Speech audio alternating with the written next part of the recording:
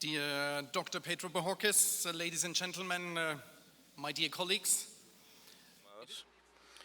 Es un honor para mí poder hablar con ustedes en esta importante conferencia con una de las mejores profesiones de la contaduría y organizaciones en el mundo. Gracias por la invitación. Como mi amigo Ron, yo tengo que ofrecer disculpas por dar esta presentación en inglés, pero les prometo, en frente de 3,000 testigos, que empezaré a aprender español.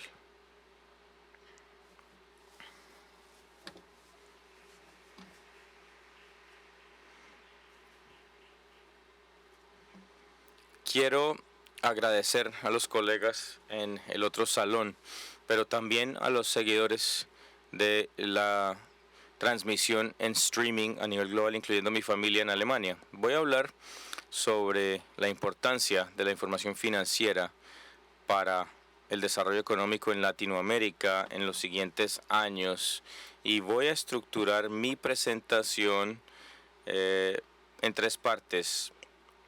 Primero está la evaluación sobre cómo cerrar la brecha entre los que requieren y dan información. Y tercero, y principalmente, ver la importancia de la información financiera. Y esto se basa en los estándares de IPSAS o NIC-SP, como ustedes los llaman.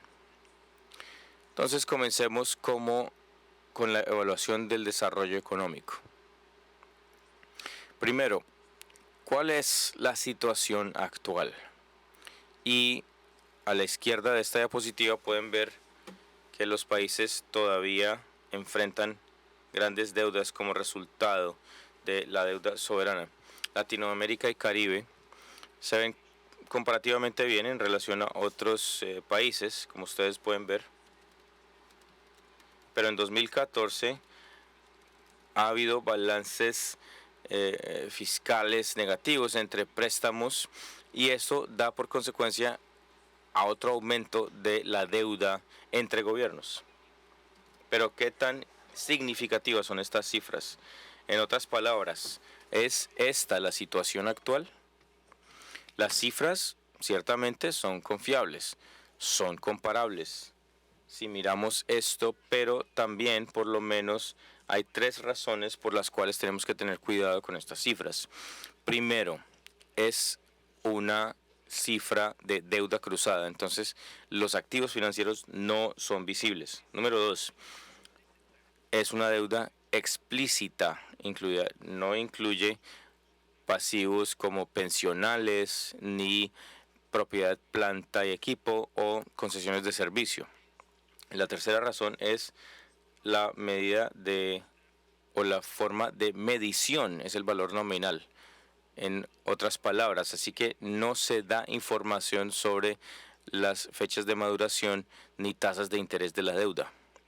Quiero darles un ejemplo del país de Grecia que no se muestra en esa diapositiva.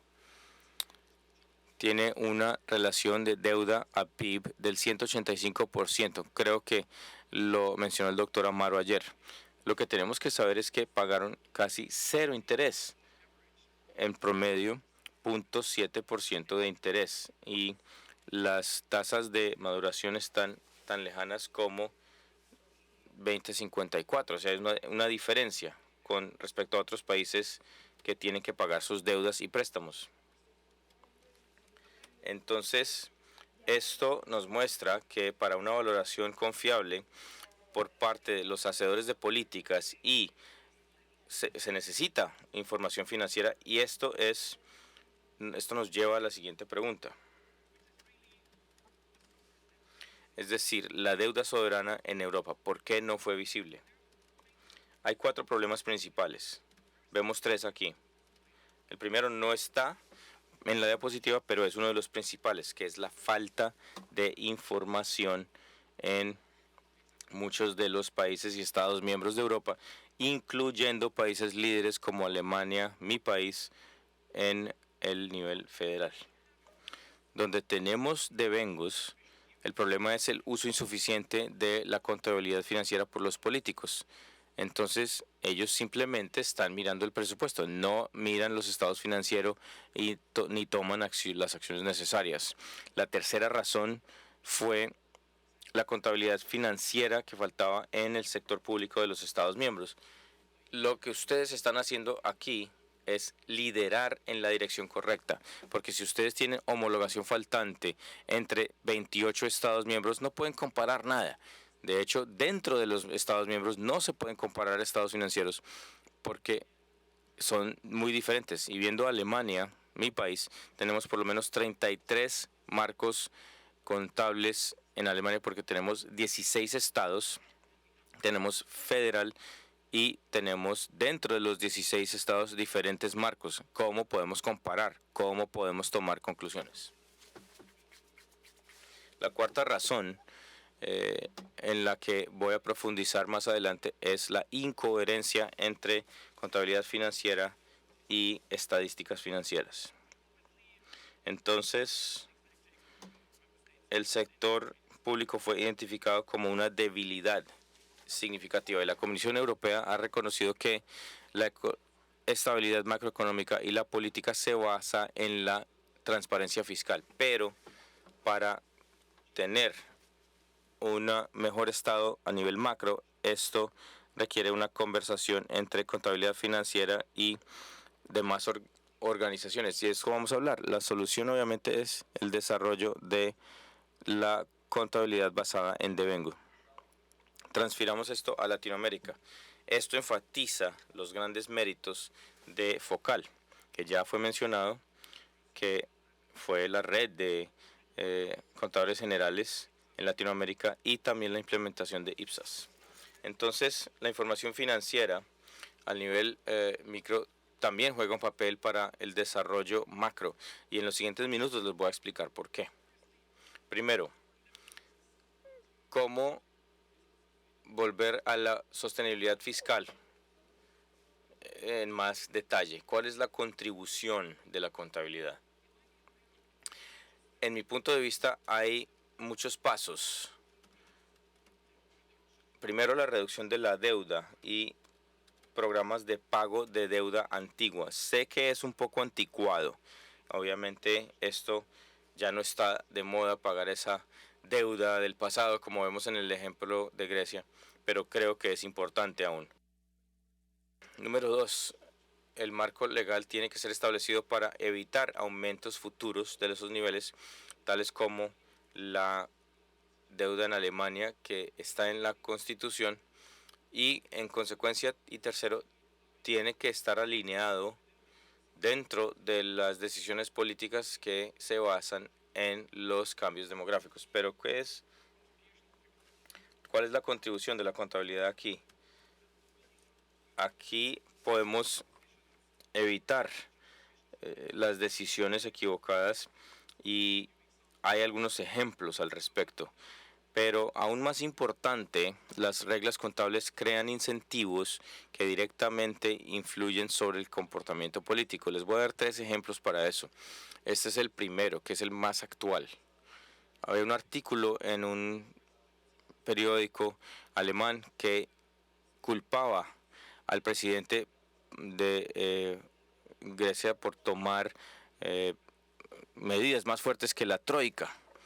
Y que salió un decrecimiento de los ingresos tributarios del 0.6% entre enero y mayo del año 2015, pero el gasto aumentó en 2.600 millones.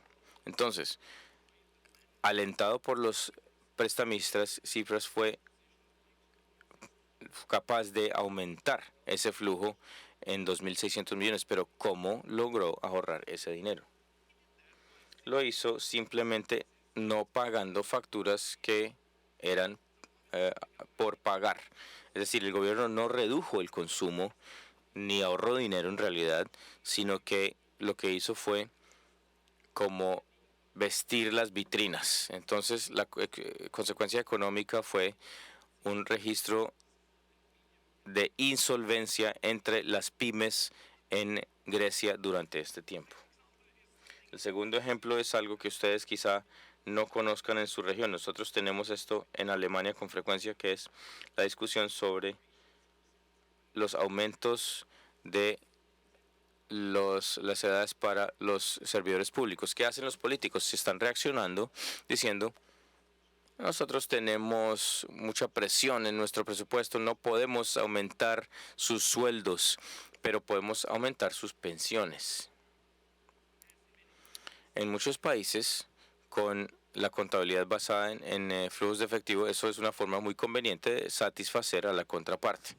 El tercer ejemplo es un ejemplo de un estado en Alemania. También tienen presión sobre su presupuesto, entonces decidieron reducir los sueldos para los empleados.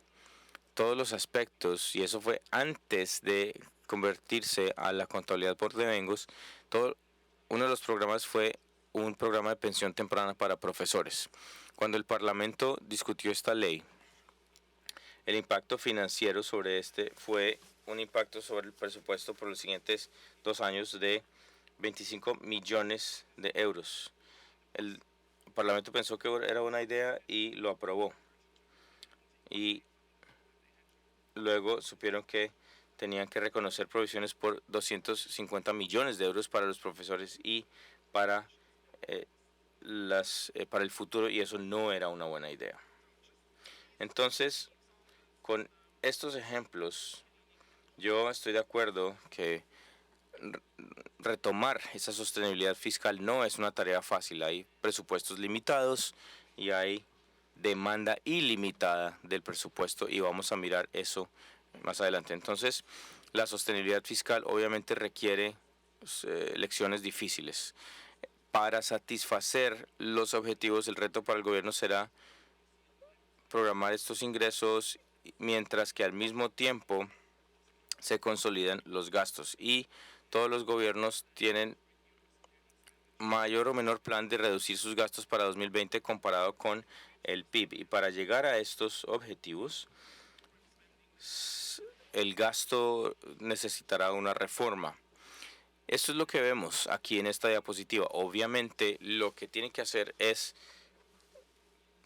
personalizar las reformas a la economía específica. Es lo que vemos a la derecha. Obviamente, hay circunstancias individuales que dictaminan esa reforma, pero si comparamos Latinoamérica, que es el lado derecho, y si vemos diferentes campos de acción, en Europa, pues el enfoque es sobre reducir la compensación de los empleados como tema principal y de crecer en las inversiones, y eso no es un tema en Latinoamérica. Así que tales reformas requieren la definición de los indicadores claves de desempeño para medir de manera confiable el impacto sobre la situación financiera de los gobiernos en los siguientes años.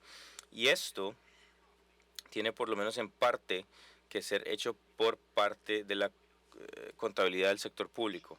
Así que demostrar esos logros es importante, como obviamente en algunos países de Latinoamérica tienen unas necesidades financieras importantes con relación al PIB. Esto lo vemos en la parte inferior de la diapositiva, y el acceso a esos mercados y la confianza de los inversionistas con base en transacciones o costos de transacciones manejables. Esto es indispensable, y esto es lo que yo dije, que estas elecciones requieren información confiable. Eso no es fácil si no entendemos esta información. Yo creo que voy por la diapositiva correcta. Entonces, en consecuencia, la pregunta es: ¿cuál es la contribución de la contabilidad aquí?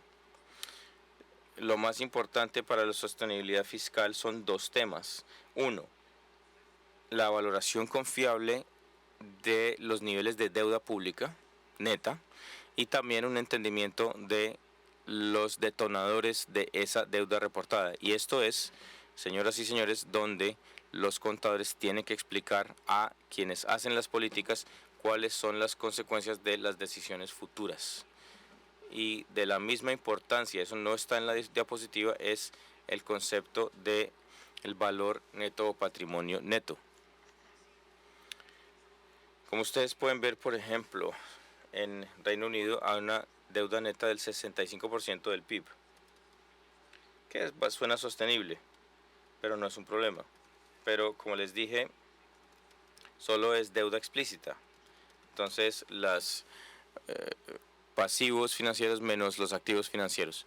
Pero los pasivos totales, incluyendo la deuda implícita, dan una relación de 191% del PIB.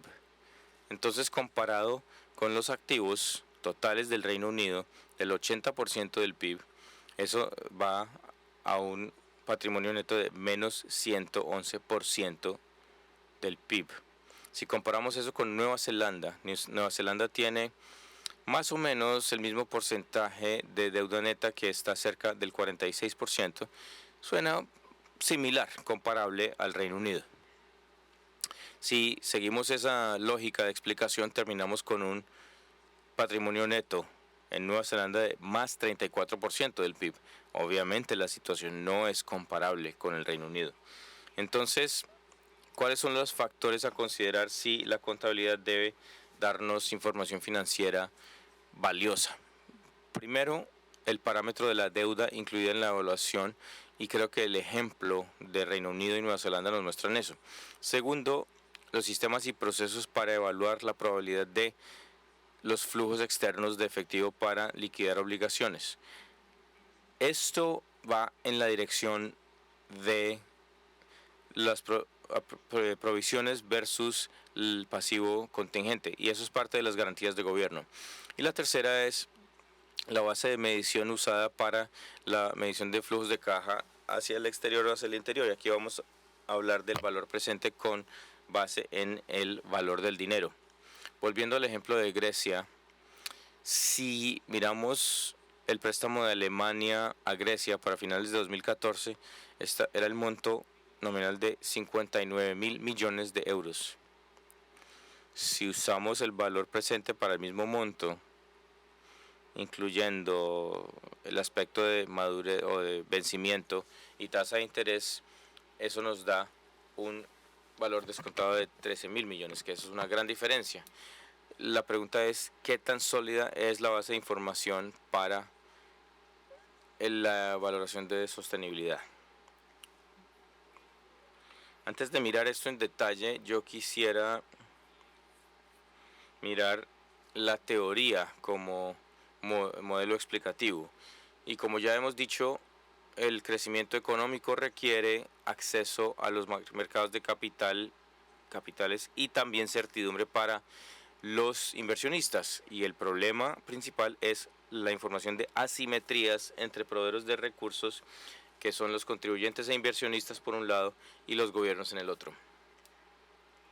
Señoras y señores, la pregunta principal es cómo sobrellevar o sobrepasar esa asimetría.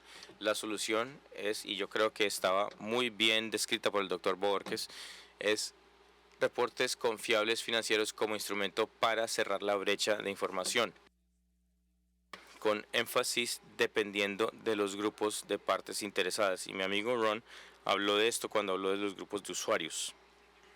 Obviamente hay diferentes necesidades para diferentes usuarios, y como ya se describió, hay dos objetivos de reportes financieros, que son: uno, rendición de cuentas, y dos, el apoyo a los tomadores de decisiones. Si miramos eso, obviamente los contribuyentes quieren tener su enfoque en la rendición de cuentas y los inversionistas necesitan información confiable para tomar decisiones. Segundo aspecto de la teoría es que se necesita una confirmación independiente de representación fidedigna de los estados financieros. Nosotros sabemos y hemos visto en Grecia la falta de transparencia y confiabilidad es una de las principales amenazas para las democracias modernas del tiempo actual. Esta transacción tiene que ser neutra, completa y libre de errores materiales, y esto tiene que ser confirmado por una auditoría externa independiente. Esto lleva a la pregunta final: ¿cuál es la importancia de la información financiera? Y nuevamente con base en Ipsos y Nick SP por Devengos. Primero, ¿cuáles son los beneficios generales de los estándares o normas de la contabilidad basada en Devengos? Primero, los derechos de control del Parlamento son el pilar principal de la democracia y yo creo que eso es lo mismo en su república como lo es en nuestro caso en Alemania o Europa en este sentido. Pero esos derechos de información y control requieren una presentación completa. No se limita a los aspectos de contabilidad, pero incluye la información y las limitaciones impiden la aplicación de los derechos de control y esto da lugar a diferentes desarrollos económicos y tengo un ejemplo que he preparado para ustedes en unos minutos. Obviamente la transparencia es la primera condición para usar los derechos parlamentarios y hay dos aspectos que quiero resaltar antes de entrar en más detalle. Primero, aquí tenemos estos resultados que se llevan adelante en el monto de patrimonio neto. Esto ya hemos mencionado lo que es patrimonio neto y activos netos, así que esto es un indicador de desempeño. Y muchas personas preguntan en ese momento si miramos los balances generales de otros países que ya han implementado la contabilidad por devengos, tienen patrimonios netos, o sea, ¿qué objeto tiene un patrimonio neto negativo? Doctor Amaro creo que ya mencionó esto ayer. El hecho de que tenemos un patrimonio neto negativo en muchos países es un tema estructural en el sector público, porque obviamente todas las publicaciones y todos los pasivos que tienen que estar en el lado derecho del balance tienen o son financiados por la influencia tributaria. Pero los flujos tributarios no se muestran como un activo en el balance general en el lado de activos en un sector público o gobierno. Entonces eso da un desbalance estructural del sector público, pero no es el problema. El problema y la pregunta es cómo los gobiernos manejan esos montos en términos relativos, así que con relación al tiempo y con relación a otros países. Y la contabilidad por devengos en ese sentido, y es importante, no solamente habla del pasado, también permite que los gobiernos evalúen la situación futura al proyectar el impacto de sus programas sobre el patrimonio neto en el futuro. Segundo aspecto, necesitamos una perspectiva general y los anteriores oradores han ya mencionado esto. Los estándares de devengos son la precondición para la consolidación, en otras palabras, para mostrar todas las cuentas, incluyendo sector público, propiedades del gobierno y también el sector general del gobierno como tal. Así que ya no se ocultan los riesgos y obligaciones en ciertos vehículos o entidades por fuera del presupuesto. El tercer punto o el beneficio general ahí en la diapositiva es hacia el patrimonio intergeneracional como principio constituyente.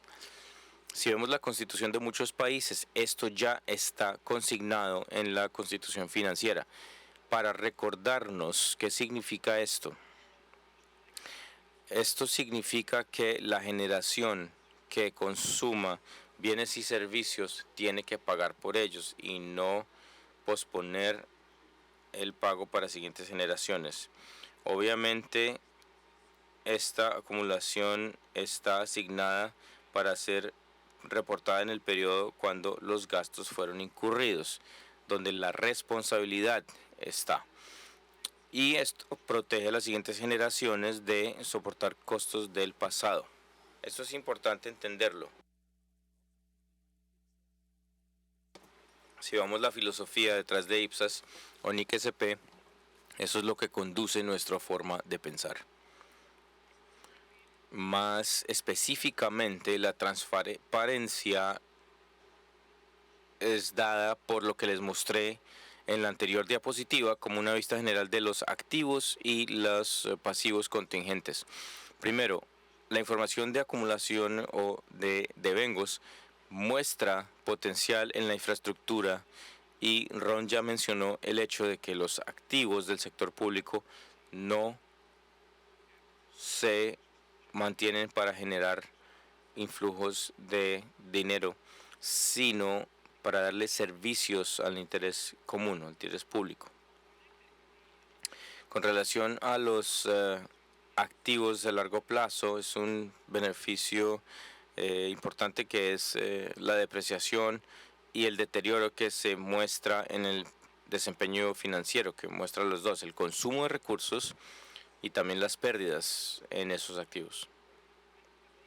Y obviamente los devengos no están limitados a la deuda explícita pública, pero sí incluyen los pasivos financieros y otras obligaciones, aun si no es el caso en todos los balances generales de los países. Y de la misma importancia es el segundo punto, que es la mejor toma de decisiones para al evitar las ilusiones fiscales en dos términos. Primero, en términos de las políticas y gastos, en términos de las decisiones operativas que se basan en el costo total, no solamente en términos limitados, sino en el costo total.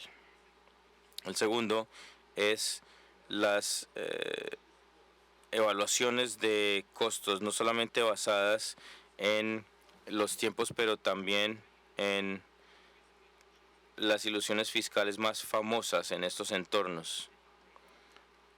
Se compra ahora y se paga después. Entonces, aquí en el año anterior esto no se había afectado, pero tenemos los activos y los beneficios ya en sus manos.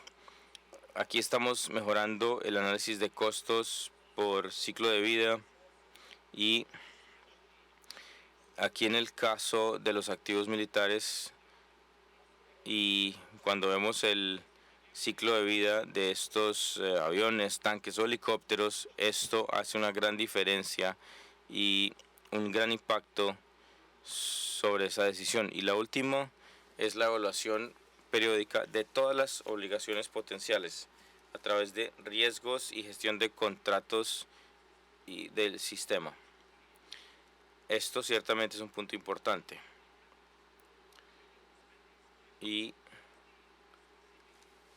los beneficios específicos son que esta gestión de ingresos se basa en los sistemas que soportan las decisiones contables. Entonces, al comparar esos ingresos, tiene que estimarlas en contabilidad. Entonces, con estos ingresos ya incurridos, se puede hacer una evaluación de la eficiencia de su sistema de recaudo de impuestos. Y esto requiere evaluación que da lugar a mejoramientos. Si evaluamos esto, si hay un problema con sus sistemas y mejoramos las evaluaciones, entonces si tomamos otros mensajes correctivos, esto evita los desarrollos negativos económicos. También hay beneficios de los estándares homologados de IPSAS con relación a los estándares estadísticos ya unificados. Creo que había una pregunta en esa dirección. Entonces estamos hablando de GFS, estadísticas y ESA, el Sistema Europeo de Contadores. Y los dos se basan en ese concepto de devengos. Y obviamente eso está ahí para como una base para efectos estadísticos. Y les puedo decir que la reforma contable se basa en ese objetivo y comenzando desde ahí, si tenemos tener mejores datos fiscales, que es como el por qué tenemos mejor contabilidad financiera sujeta a auditoría. Lo que necesitamos es un sistema de reporte integrado y esto da lugar a una mejor calidad de datos estadísticos. Aún hay inconsistencias, yo estoy de acuerdo y yo tengo una lista de 4. 1. La medición de los activos, la estadística actual versus costos históricos. Número 2 es el reconocimiento de los aprovisionamientos que no está reconocido completamente en el sistema estadístico. Número 3, la medición de los los préstamos de concesión, que son préstamos que se dan bajo condiciones más atractivas que las del mercado. Obviamente estas son medidas en el valor nominal bajo lo estadístico versus el valor presente que usa Ipsos. Y el cuarto es la diferencia en el parámetro de consolidación. Pero aún, si se reconocen los diferentes objetivos de los sistemas, y hay diferentes objetivos, todos lo sabemos, la alineación debe mantenerse para poder maximizar la información para efectos de toma de decisiones. Y hay ya un proyecto de alineación y desde hace 2 o 3 años con IPSAS-B y con los estándares estadísticos como FMI e Eurostat. Y hay una política ya hecha por IPSAS-B sobre cómo considerar los requerimientos estadísticos para contabilidad financiera. Eso es un gran paso adelante comparado con anteriores cifras. Pero no solamente es la información financiera como tal lo que ayuda a desarrollar estos o a mirar los desarrollos económicos, es los procedimientos de esta información lo que ayuda a crear transparencia. He listado 3 áreas principales donde yo creo que los procesos que tienen que desarrollarse para satisfacer los requerimientos contables ayudan con la mejora y desarrollo económicos. Número 1, la capacidad de recuperación de los activos. Obviamente, las evaluaciones de deterioro de esos activos, es decir, el proceso de la evaluación regular de la infraestructura, ya da lugar a esas decisiones. Hemos hablado de decisiones de portafolio, por ejemplo, o de cartera, por ejemplo, si se necesita todavía 5 universidades en una ciudad o escuelas donde el número de niños está bajando. Si no vemos nuestro portafolio de activos, nunca vamos a responder esas preguntas ni a tomar decisiones correctas. Lo segundo es los activos financieros, entonces el proceso de evaluación de la solvencia de los activos. Y obviamente de enfrentar el tema si no hay más solvencia, los activos financieros no van a ser suministrados. Y el segundo punto es qué tan completos están estos pasivos. Entonces, esto es una de las áreas principales que involucra la gestión de riesgos y de contratos y el análisis de las obligaciones potenciales. Eso es un punto muy importante.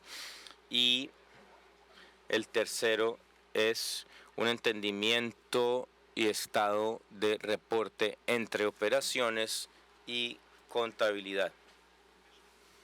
La medición de los pasivos, no quiero entrar en mucho detalle, ya he hablado de eso. Obviamente eso involucra experticia externa para el tema actuarial y requiere un proceso para la evaluación de desarrollos futuros como los mercados capitales. Todos estos procesos orientados hacia el futuro ya ayudan a reducir la incertidumbre. Y aquí tenemos valoración del riesgo. Entonces, aquí tenemos esos desarrollos favorables. Como resumen de esta diapositiva, con sistemas de control interno, esto es lo que se necesita y les voy a mostrar un ejemplo donde esto obviamente no se dio y tuvo sus consecuencias. Esto es lo que Ron ya nos explicó. Estos son los principios que definen el uso de la información o como nosotros lo llamamos las características cualitativas. Como Ron ya explicó esto bastante bien, no vamos a entrar en más detalles, pero lo que sí quiero hacer es todos esos principios definen la utilidad de la información y lo que quiero mostrarles son 3 ejemplos de lo que sucede en estos principios si no son atendidos. El primer ejemplo es los datos macroeconómicos que obviamente no fueron reportados correctamente y esto da lugar a un ambiente difícil y la pérdida de confianza del inversionista. Estamos hablando de Argentina, en este caso, que ha estado sobreestimando los datos macroeconómicos como las cifras del PIB y la inflación para los mercados de consumo. Esto es, primero, la sobreestimación del PIB.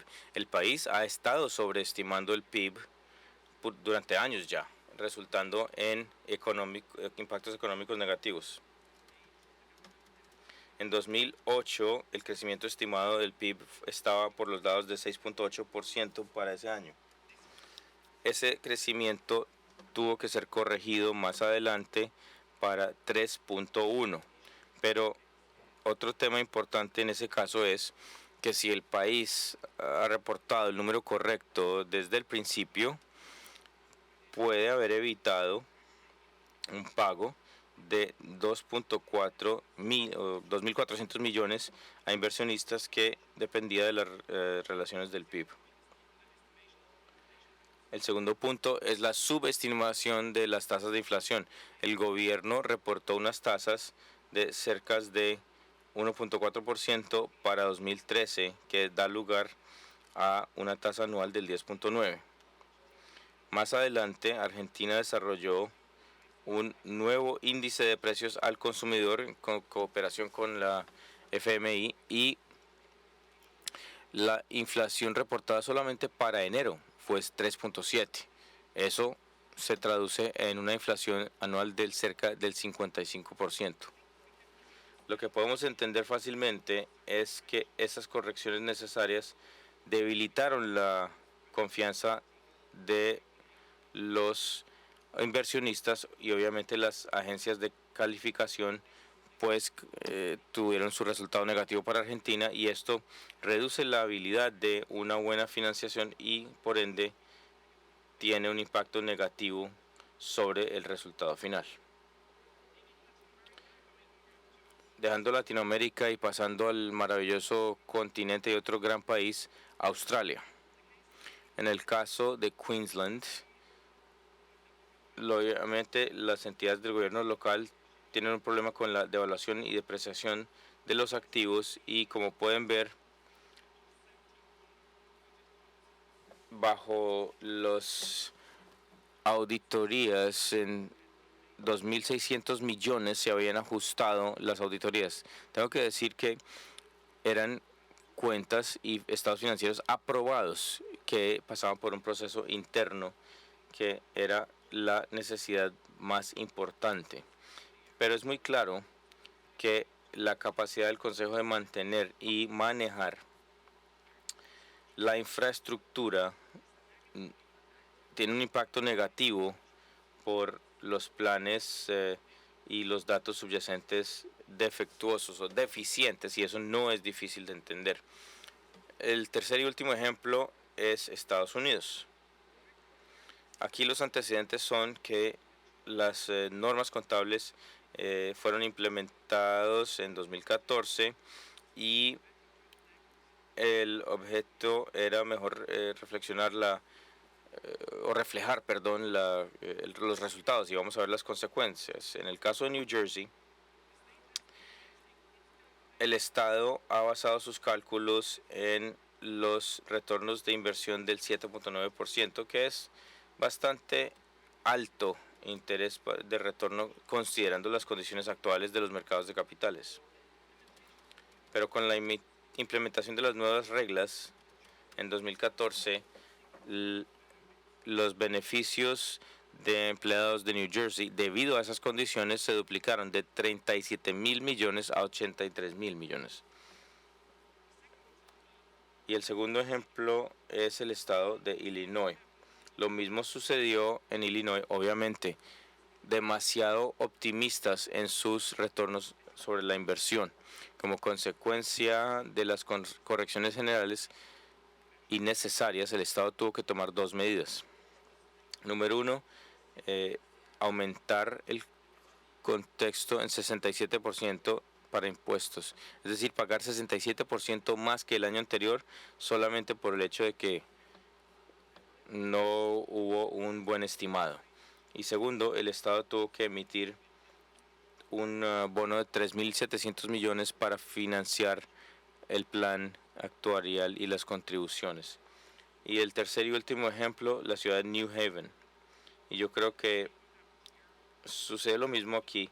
Estamos hablando de obligaciones pensionales sin financiamiento, es decir,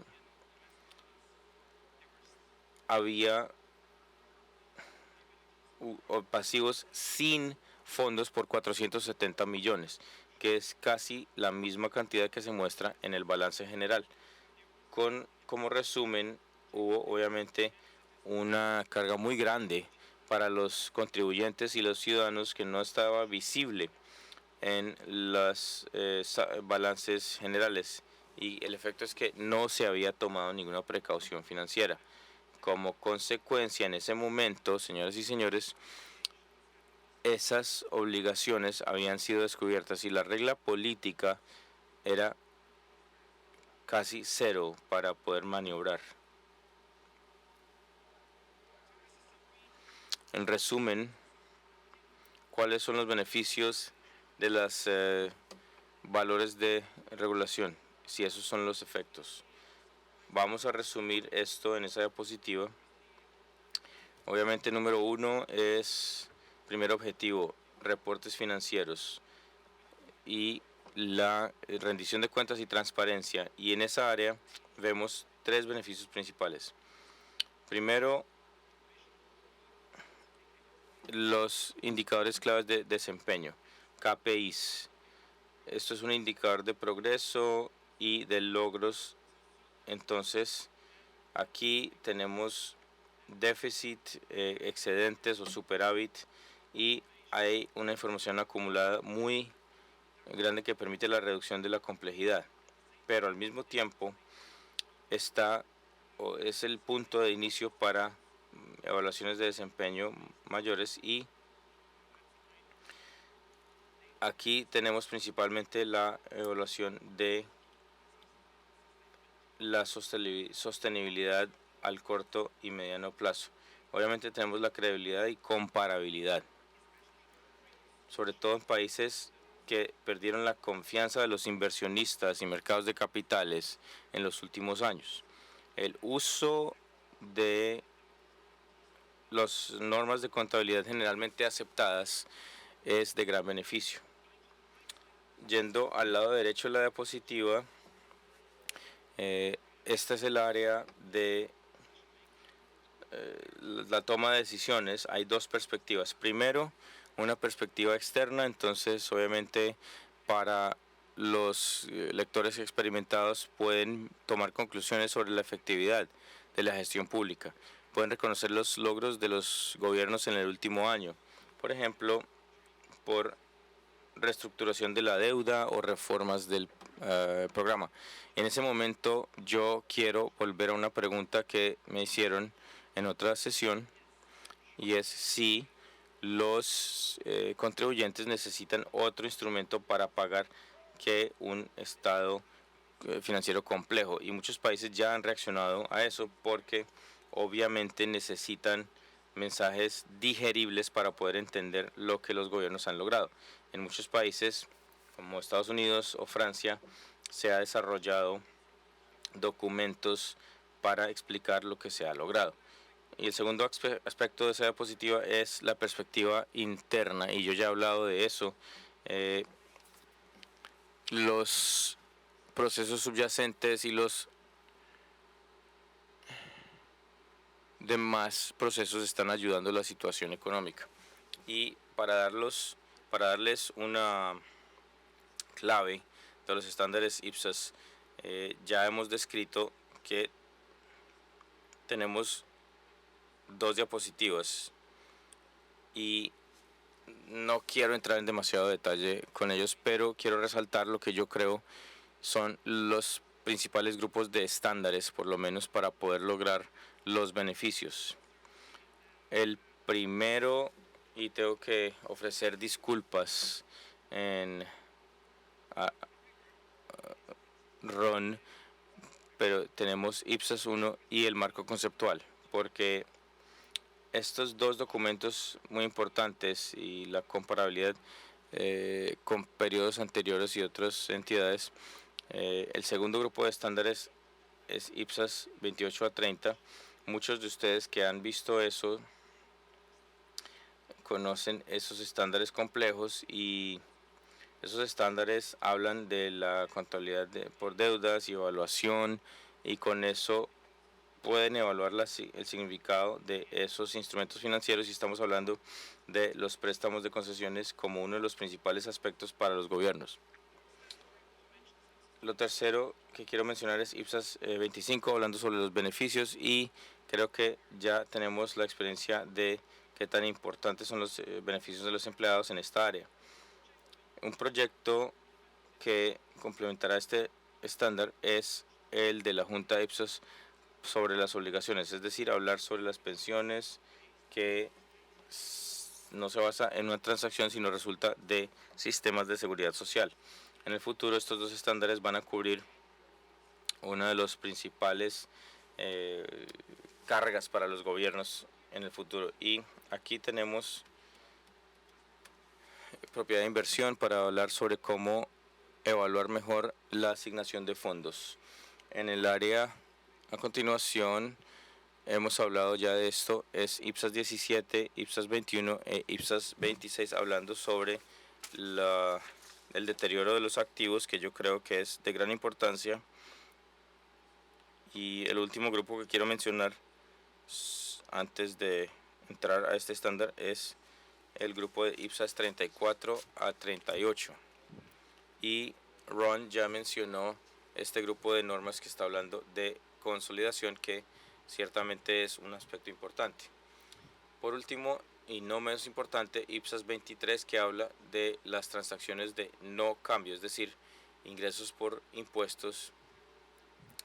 Y señoras y señores, dados los tres ejemplos que les mostré, la falta de información financiera confiable que refleja la realidad económica del sector público tiene un impacto significativo sobre la confianza de los inversionistas, el acceso al financiamiento y con eso la capacidad de la planeación estratégica de largo plazo. Y con esto los beneficios de IPSAS, si vemos la dirección de Ron y Leonardo como mis colegas en esa área, los beneficios de IPSAS son en esta área y obviamente no se comunican suficientemente como resultado de lo que les acabo de mostrar en la diapositiva, sobre todo en el área izquierda de esta red podemos ver reflejo de la realidad económica, y aquí tenemos una base confiable y una efectiva y eficiente uso de los recursos. Y estas son las áreas de la izquierda y no son valoradas como beneficios principales, pero traté de mostrar esto como el caso. Estos son los obstáculos en los países latinoamericanos con IPSAS. Lo que vemos aquí son los principales de la lista, que son los costos asociados y el tiempo y los requerimientos de inversión. Sobre el costo quiero hacer tres comentarios. Número uno, creo que es una discusión muy peligrosa. No estamos hablando de los costos, estamos hablando de la inversión en nuestro futuro. Eso es número uno. Número dos, yo diría que es el costo de hacer nada. El costo de no hacer las reformas contables es mucho mayor que el costo de hacerlas. Y parece que Grecia lo ha comprobado de manera impresionante. Y número tres, yo diría, y yo culpo a mi propio país y a otros, el costo está conectado con la mala gestión del pasado y más que a lograr hacer bien las cosas. Y con esto quiero concluir.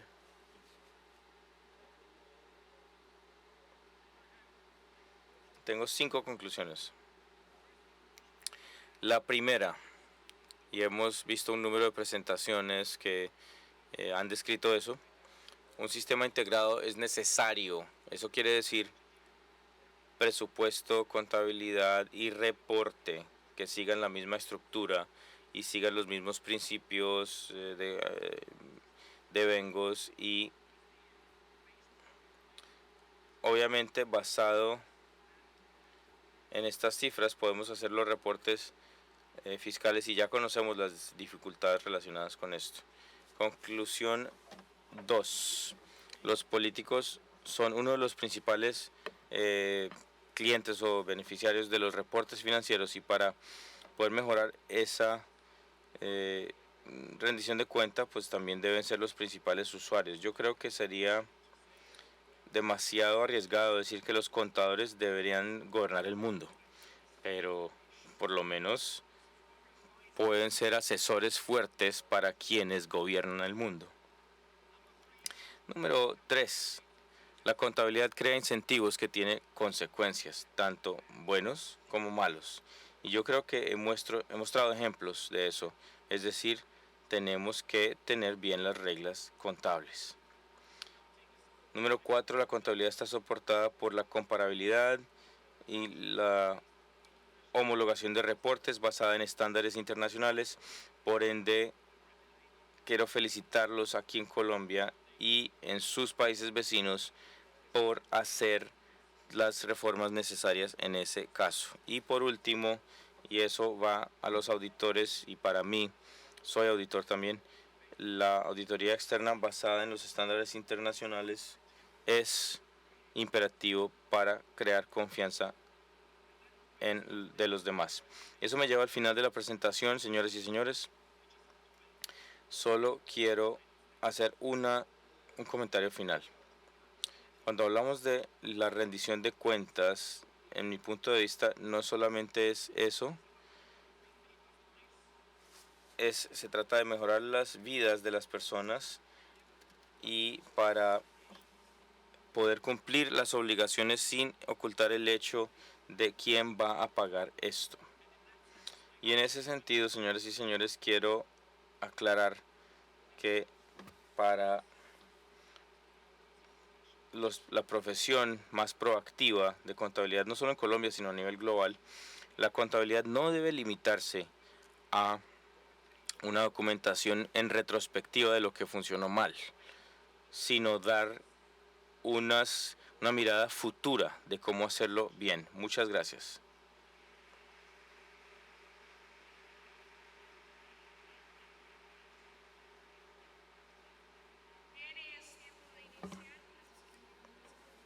It's time to answer the questions. So, Dr. Rocío Pérez Sotelo. Procuraduría General de la Nación. Adelante, doctor.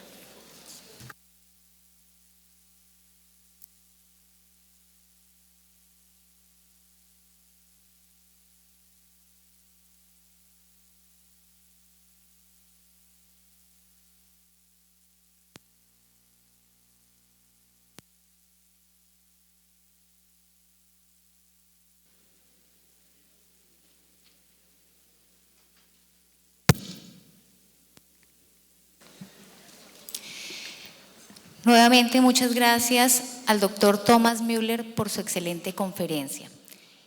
Pues han llegado varias preguntas. Vamos a comenzar con la formulación de algunas de ellas. Doctor Thomas, de acuerdo con su presentación, uno de los problemas principales de la crisis de la deuda soberana en Europa fue el uso insuficiente de la contabilidad financiera por parte de los políticos, porque ellos normalmente consultan la información presupuestal, le dan más importancia. ¿Cómo podría incentivarse en los políticos el uso de la contabilidad financiera?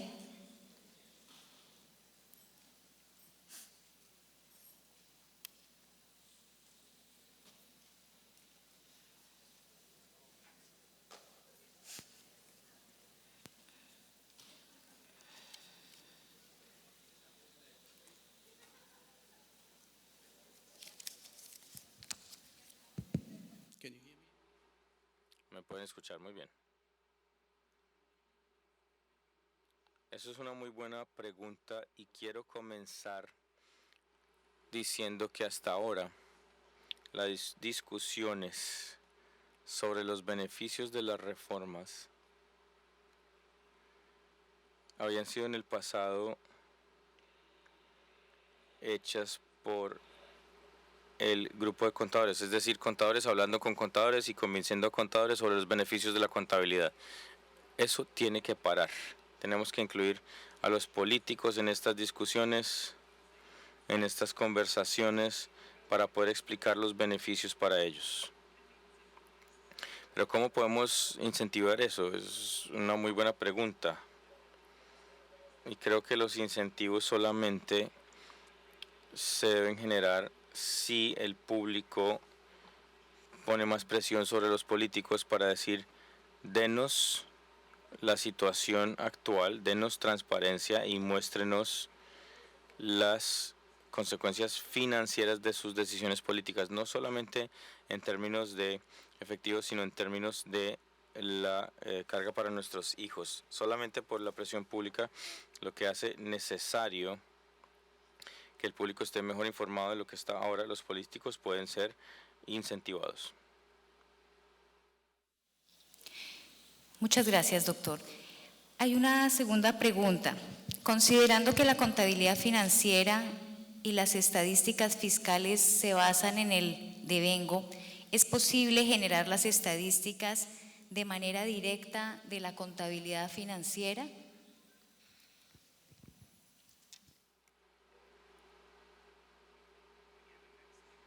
Una excelente pregunta nuevamente y gracias.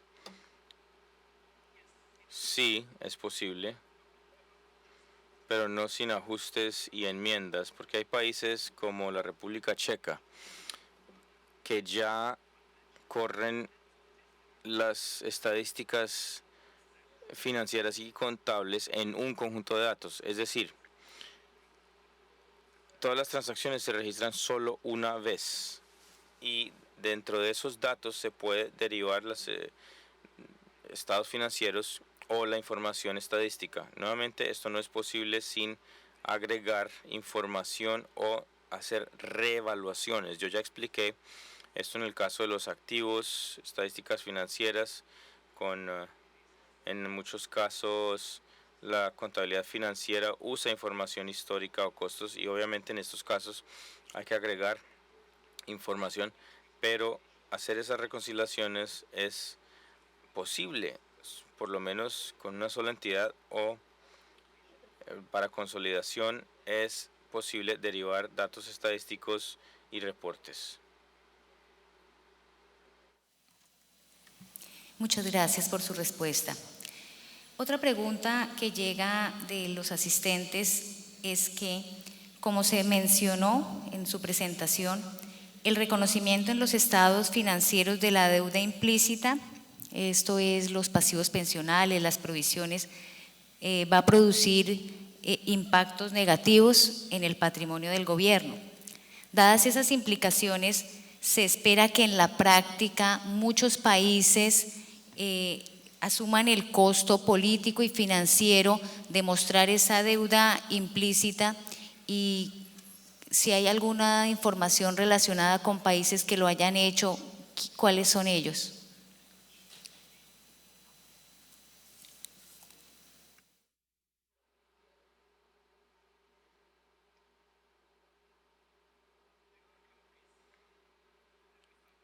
Comencemos por otra parte. Hay un impacto negativo que yo he explicado y es importante explicarle a los políticos los beneficios de hacer estas reformas. Es un obstáculo grande que el gobierno que empiece una reforma y presente su primer balance general mostrando un patrimonio negativo, tiene que explicar por qué sucedió eso. Y el temor de los políticos, y este mensaje obviamente está conectado a quienes comunican esto. El tema es, preguntaste sobre países que han vivido esa experiencia, el tema es explicar tempranamente qué va a suceder y cuáles son las razones de eso. Un ejemplo perfecto es el país de Austria, que implementó IPSAS hace 2 años, y antes de que el Ministerio de Finanzas haya puesto esos primeros balances mostrando un patrimonio negativo de 133.000 millones de euros, en una comunicación de medios, una campaña, se explicó al público cuál era el resultado y cuáles eran las razones de ese resultado. Y dada esa estrategia de comunicación, no hubo un rumor en el público austríaco, porque el temor era el titular del día después: Austria está en bancarrota. Y esta campaña de medios, pues el país logró explicar lo suficientemente pronto cuál era el resultado y cuáles eran las formas de mitigarlo. Vamos con la última pregunta. ¿Cuál es el valor agregado que provee la contabilidad financiera sobre el valor de la deuda en relación con las proyecciones presupuestales que realizan los gobiernos para garantizar la sostenibilidad fiscal?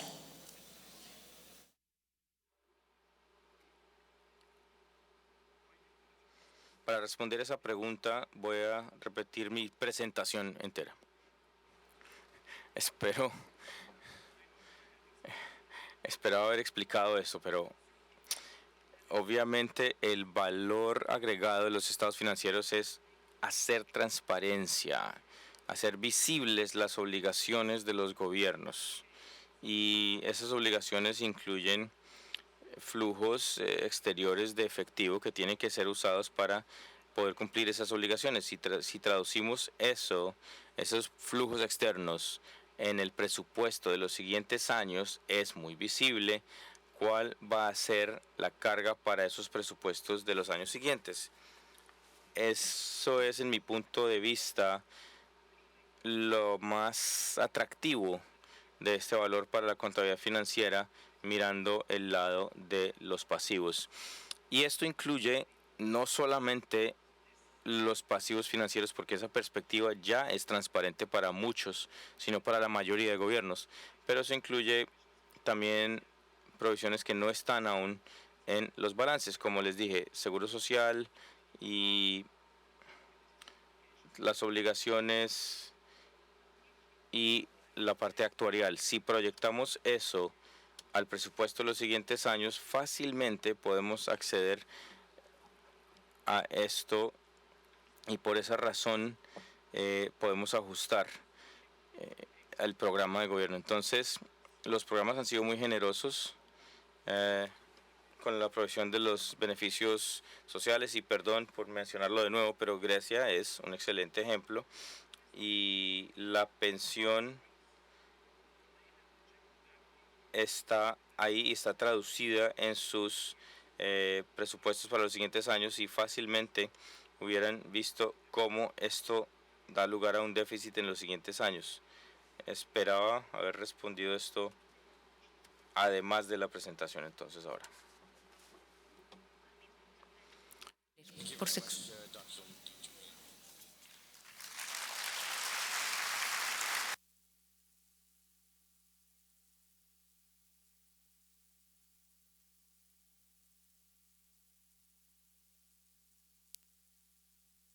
Bien, agradecemos a nuestro invitado internacional, a nuestra moderadora por su tiempo, a ustedes, y los esperamos en 1 hora en este recinto. Muchas gracias.